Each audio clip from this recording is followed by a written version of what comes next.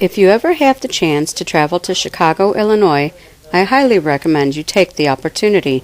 There are so many wonderful things to do and see. Chicago is known by many names, including the Windy City. It's also known as the Melting Pot because it has 77 communities containing more than 100 ethnic neighborhoods. First, let's start with some history of Chicago. On Sunday, October 8, 1871, one dark night when people were in bed, Mrs. O'Leary lit a lantern in her shed.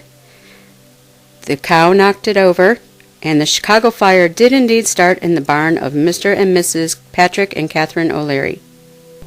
While the blaze ironically spared the O'Leary home, much of the rest of Chicago was not so fortunate. Property valued at $192 million was destroyed. 100,000 people were left homeless, and 300 people lost their lives. 2 decades after the fire, on May 1, 1893, the gates opened at the Chicago World's Fair and had more than 26 million visitors. Nearly 50 foreign countries and 43 states and territories were represented at the fair. The fair played a key role in the creation of the City Beautiful movement. Today, Chicago has 237 square miles of land. It has nearly 2,700,000 residents.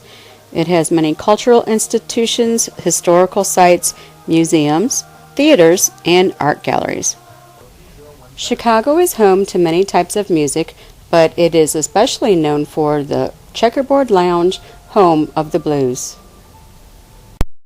Willis Tower, formerly known as the Sears Tower, is a 108-story, 1,451-foot skyscraper in downtown Chicago.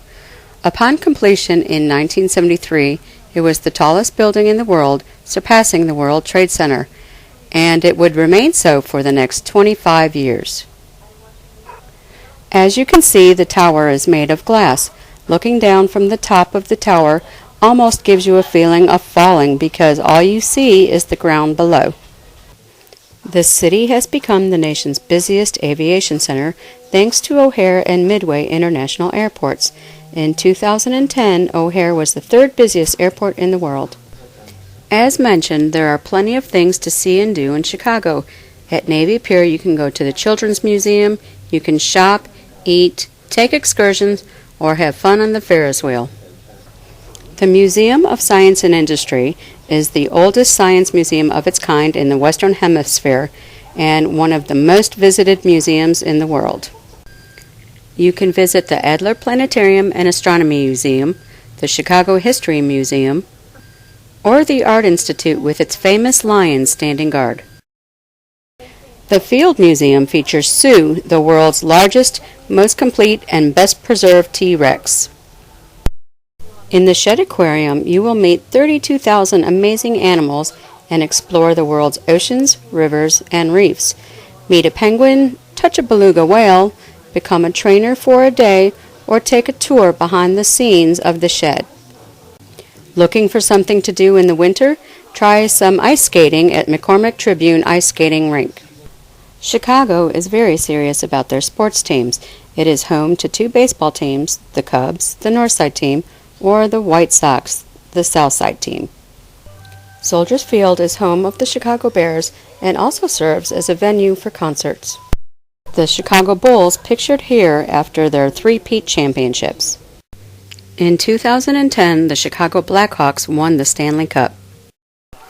Of the more than 100 ethnic neighborhoods, there is Old Town, Chinatown, the Latin community of Humboldt Park, Greektown, and Chicago's Little Italy, to name a few. Last but not least is Buckingham Fountain, which represents Lake Michigan with each seahorse symbolizing the states of Illinois, Wisconsin, Michigan, and Indiana that border the lake. From April through October, there are water shows. After dusk, shows are choreographed with lights and music. So take the time and come and visit Chicago.